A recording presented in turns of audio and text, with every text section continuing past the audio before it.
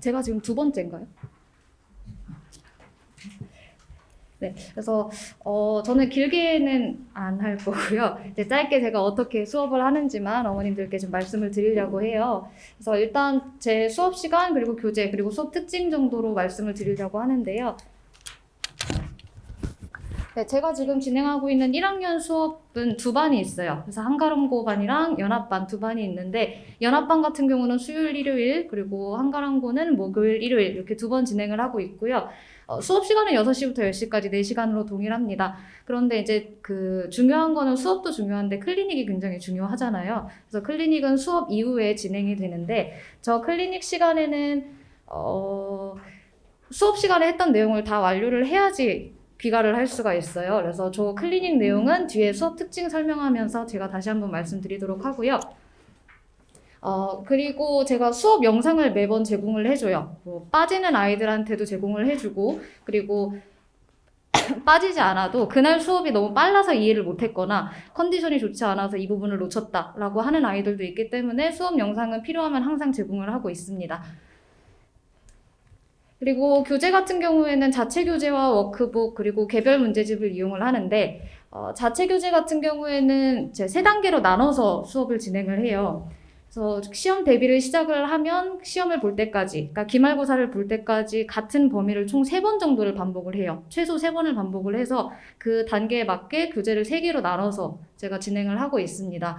그리고 워크북도 아이들한테 나가고 있고 개별 문제집 같은 경우는 제가 쓰는 자체 교재 말고 시중 문제집을 이용을 해요. 그래서 아이들의 수준과 성향에 맞게 이제 골라서 진행을 하는데 개별 과제를 내주는데 개별 문제집을 나가야 하는 이유는 저는 수업을 진행을 할 때 평균치에 맞춰서 수업을 진행을 할 수밖에 없어요. 그래서 제가 진행하는 수업이 조금 버거운 친구들도 있고 그리고 아니면 이거보다 내가 조금 더 해보고 싶은데 라는 친구들도 있기 때문에 그 아이들 성적과 이제 성적을 봐서 개별 문제집을 정해서 이제 진행을 하게 됩니다.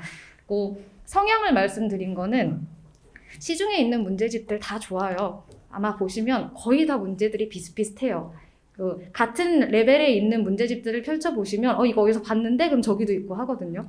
근데 아이들한테 어떤 문제집을 풀고 싶니? 라고 물어봤을 때 이거 풀고 싶어요 라고 대답하는 친구는 없죠. 근데 그나마 아이들이 조금 풀고 싶어하게 아이들 눈에 익는 그런 텍스트들이 있거든요. 그래서 아이들이 웬만하면 아이들이 좀 풀고 싶어하는 문제집들을 제가 선정을 해서 개별 문제집으로 과제가 나가고 있습니다. 그래서 저 워크북과 자체 교재에 대해서도 제가 뒤에서 한 번 더 설명을 드릴 건데 스텝 1 같은 경우에는 개념 다지기 그리고 기본 유형 그리고 스텝 2는 실력 그리고 스텝 3는 약점 극복하는 걸로 제가 초점을 잡고 이제 교재를 만들고 있습니다.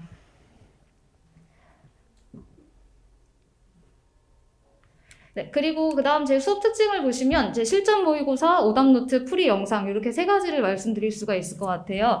실전 모의고사 같은 경우는 제가 최소 3번을 반복을 할 거라고 말씀을 드렸는데 이제 두 번째에서부터 이제 실전 모의고사를 진행을 하게 돼요. 실전 모의고사 같은 경우는 목동권에 있는 실제 내신 기출 문제로 시간을 재서 시험을 보게 되는데 이게 필요한 이유는 아이들의 성적을 내기 위해서 필요한 것도 있지만 내가 몇 개를 맞고 몇 개를 틀리고가 중요한 것도 있지만 아이들이 이제 학교에서 시험을 볼 때 시간 배분하는 게 굉장히 중요하거든요. 시간을 재고 평소에 풀어보질 않았기 때문에 정해진 시간 내에서 학교에서 시험을 본다라는 것 자체가 아이들한테 되게 큰 스트레스예요. 그래서 그 스트레스에 조금이라도 익숙해지려면 평소에도 시간을 재서 내가 이 제한된 시간 안에 이만큼의 문제를 풀어야 되겠구나. 그러려면 내가 봤을 때 어떤 문제부터 풀어야 하고 서술형부터 풀어야 할까 객관식부터 풀어야 할까라는 것들 그렇게 시간 분배를 하는 연습이 굉장히 필요해요. 그래서 학교에서 보는 것과 똑같은 환경에서 같은 시간으로 이제 실전 모의고사를 진행을 하게 됩니다. 근데 이 실전 모의고사 같은 경우는 제가 목동권 기출로 보기는 하는데 보고 나면은 이제 아이들한테 클리닉지가 따로 나가요. 그 클리닉지에는 그 문제에 대한 유사 문항들이 전부 다 2문제에서 3문제 정도씩이 붙어 있거든요. 그래서 그거 같은 경우는 제가 강남권 기출에서 이제 뽑아서 이제 문제를 만들어줘요. 클리닉지를. 그러니 이제 시험을 한번 보면 보통 한 20문제에서 24문제 정도가 되거든요. 시험지 문제가. 그러면 그 실전 모의고사 20문제에서 24문제를 보고 나면 그거와 비슷한 유형의 문제들이 2문제에서 3문제 정도씩이 더 붙는 거죠. 그래서 그거를 다 완료를 해야지만 이제 집에 갈 수 있게 하고 있습니다. 그래서 이제 시험 대비를 할 때, 내신 대비를 할 때 저는 저 실전 모의고사가 굉장히 중요하다고 생각을 하거든요. 이제 앞에서 다른 선생님이 말씀하셨던 것처럼, 양도현 선생님이 말씀하셨던 것처럼 아이들이 뭘 모르는지를 확인을 해야 하는데 그 확인을 하는데 가장 좋은 거는 실전 모의고사거든요. 그래서 수업 시간에 진행하는 테스트가 굉장히 중요한데 저 테스트에 스트레스를 되게 많이 받는 아이들이 있더라고요. 왜냐면 제가 저 성적을 어머님들한테 다 보내드리거든요.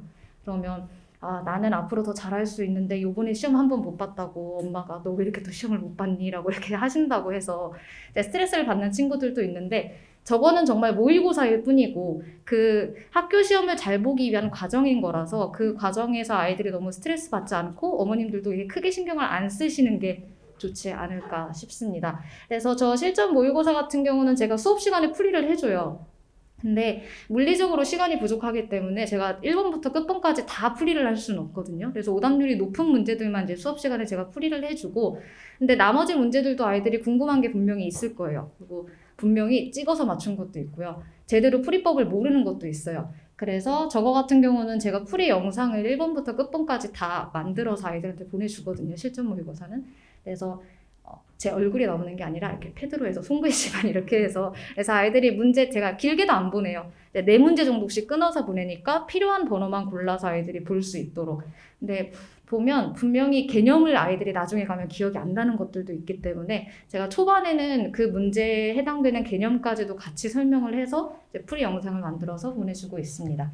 그리고 개별 오답노트 같은 경우에도 이제 나가는 실전 모의고사 그리고 워크북, 개별 교재 그런 것들에 대한 개별 오답노트를 제공을 하는데 이것도 틀린 문제뿐만 아니라 유사 유형까지 붙여서 같이 오답노트가 나가고 있습니다.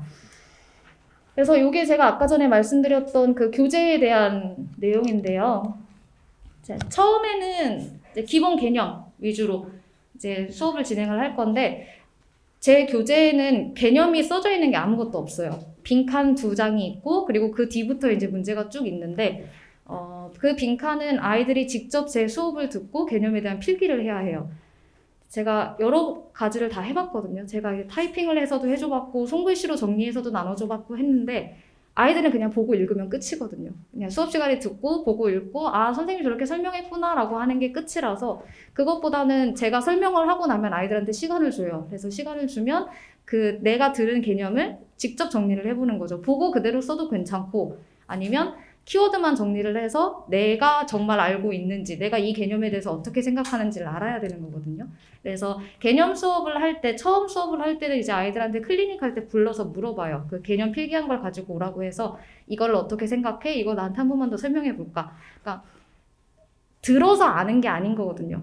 듣고 내가 한 번씩 해봐야지만 직접 아는 거라서 저 처음에 수업을 할 때는 아이들한테 개념을 제대로 갖춰주게 하기 위해서 조금 많이 시간을 쏟는 편이고요. 그리고 시중교재 우수 문항으로 이제 워크북을 만들고 있습니다.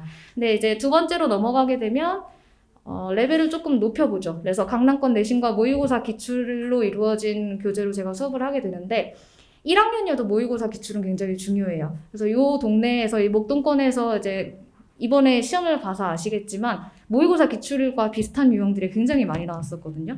그래서 1학년이지만 그래도 모의고사 기출 문제를 푸는 것도 굉장히 중요해서 이제 두 번째 단계 때는 강남권 내신과 모의고사 기출 위주로 수업을 진행을 합니다.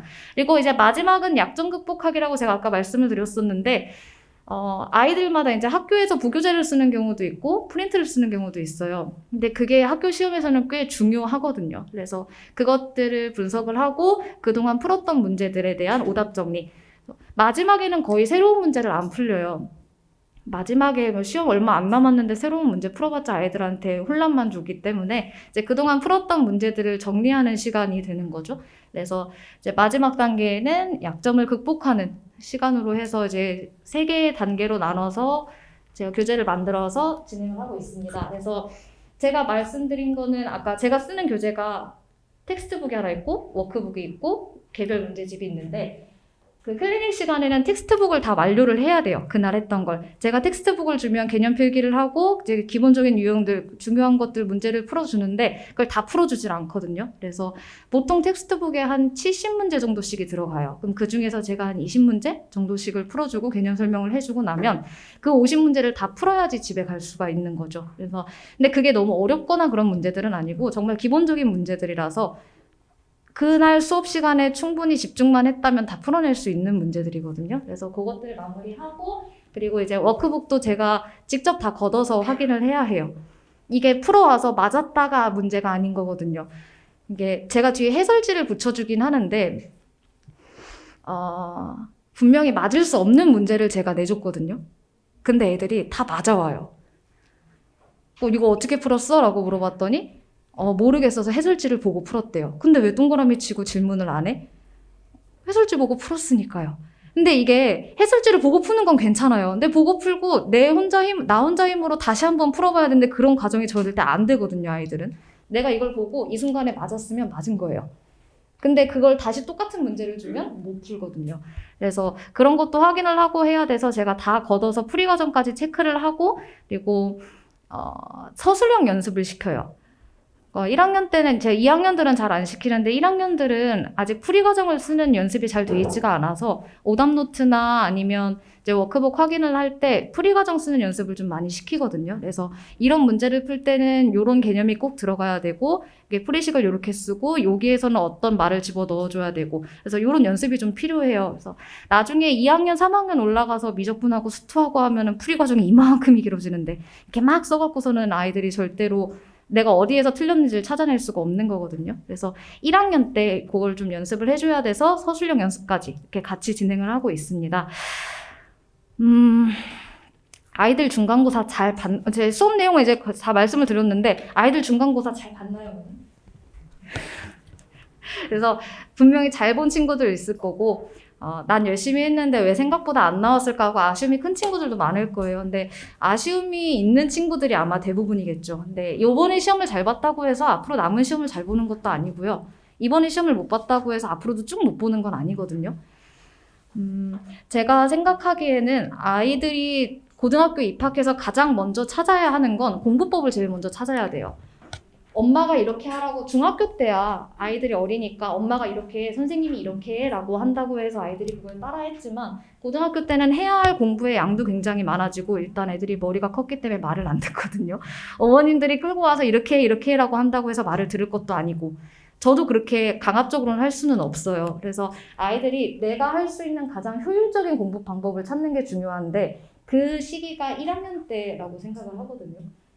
1학년도 2학기까지 넘어가면 너무 늦고요. 이제 1학기 안에 그거를 끝내야 되는데 그거를 도와줄 수 있는 게 이제 어머님들과 이제 제가 되는 거겠죠. 그래서 너무 늦지 않게 아이들이 효율적인 공부 방법을 찾아서 이 재미없는 수학을 포기하지 않고 3년 동안 잘 끌고 가려면 좀 많은 도움이 필요한 시기라고 생각을 해요. 1학년 애기들이 아직 중학교 티를 못 벗어서 애기잖아요. 그래서 이때는 어머님들과 제가 좀 아이들을 많이 도와줘야 할 시기라고 생각을 합니다. 그래서 네, 그래서 1학년들은 제가 좀 되게 애기처럼 이렇게 이쁘게 이렇게 부둥부둥 해주고서 수업을 하고 있는데 아이들에게 재미없는, 제가 맨날 얘기하거든요. 내가 가르치지만 수학은 참 재미없는 과목이라고. 저도 그나마 수학을 학교 다닐 때 제일 좋아하긴 했지만 막 재밌어서 했던 것 같진 않아요. 저도 천재랑 그런 쪽은 뭐 거리가 멀어서.